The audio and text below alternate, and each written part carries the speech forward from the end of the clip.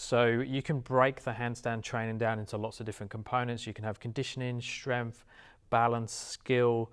But the number one thing, and the one that a lot of people need to work on, is conditioning. Now, the hardest thing with the conditioning element is to get the right level for you. Now, obviously, when you first start handstanding, the number one conditioning thing, or the challenge, is to hold a freestanding handstand for an amount of time. But if you've only got a 5 to 10 second handstand, that can't really count as your conditioning. The same as if you're doing one arm handstands. A 2-arm handstand is obviously very far away from the 1 arm. So it's somewhere in the path of your progressions is your conditioning. And you can also have conditionings for certain things. If we just start at the beginning, so if someone's learning to handstand, they're beginning their conditioning, so roughly 30 to 90 seconds, say, of time should be spent in a hold of some sort.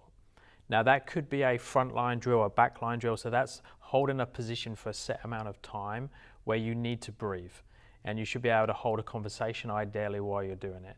So the front line drill and the back line drill is a really good way to start. It highlights any imbalances in the body, so whether you have tight hips or tight shoulders, things like that, because then, like, if I'm in a real tight position posturally and I can't lift my arms above my head, just putting my arms above my head and trying to hold a conditioning hold like a front line drill or a back line drill is going to be really taxing. So then it shows me that I need to work on some mobility so I can go back and get more efficient in that conditioning hold. The same with the chest to wall handstand. So another common one for beginners is working up so you can do a comfortable 60 to 90 seconds in that chest to wall hold. And it's not just endurance and just smashing it out and strength against those tight imbalances in the body. It's learning to relax in the position, so hold a good position that doesn't use that much energy.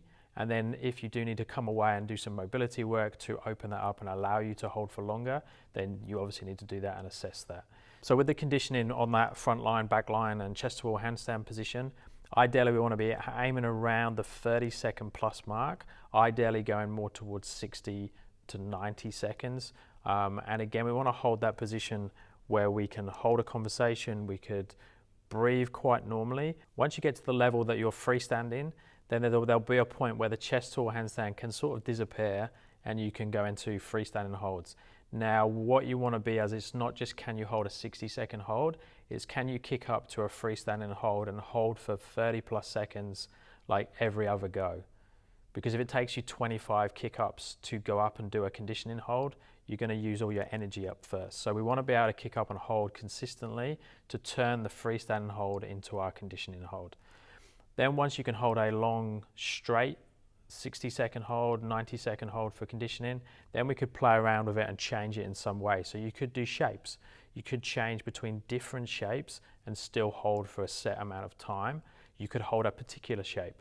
So you could hold a tuck handstand, a straddle handstand, a diamond handstand for the set time. And now we're conditioning a certain position. Now for some people like myself, a tuck handstand is really hard because I've got a tight thoracic, tight shoulders, tight hips. So it's a real fight to hold that time. Someone else who's very happy in that position might be able to hold there for 2 minutes, but really struggle with a straight handstand.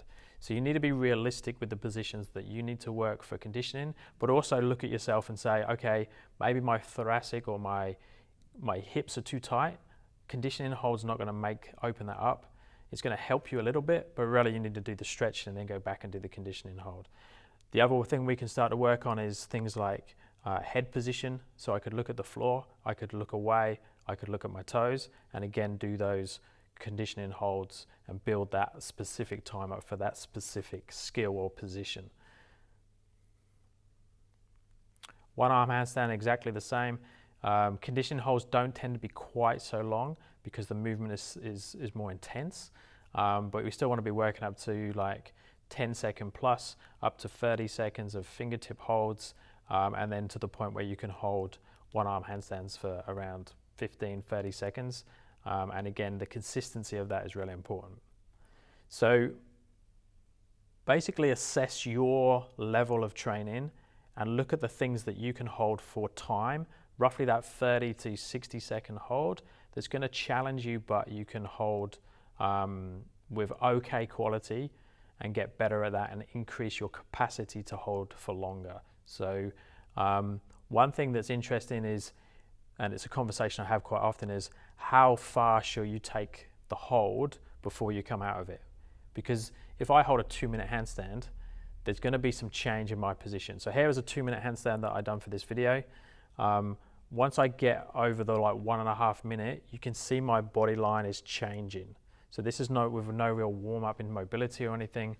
And you can see now my shoulders are getting tired, my back is starting to arch a little bit, but I think this position is still okay at the 2-minute mark.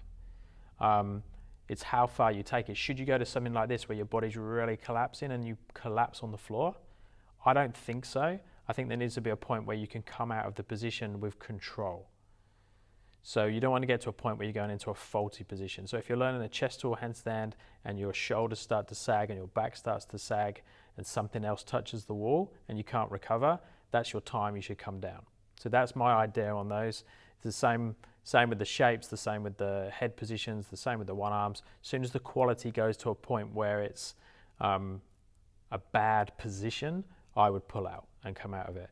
But bear in mind that at 2 minutes, it's not going to look like it did at 20 seconds, and that's fine, but it's just trying to make that call. So I'd recommend that you video yourself whenever you do your conditioning holds.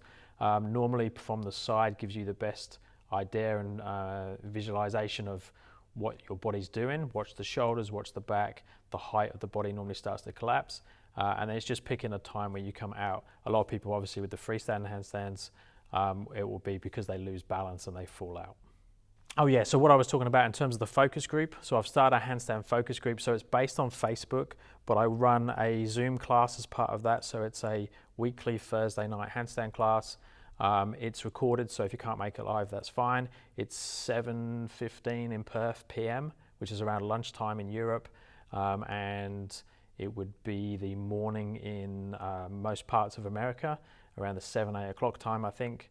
But like I say, I put the recording up as well, and we have another class that's on a Saturday at 11 a.m. if you're in Perth.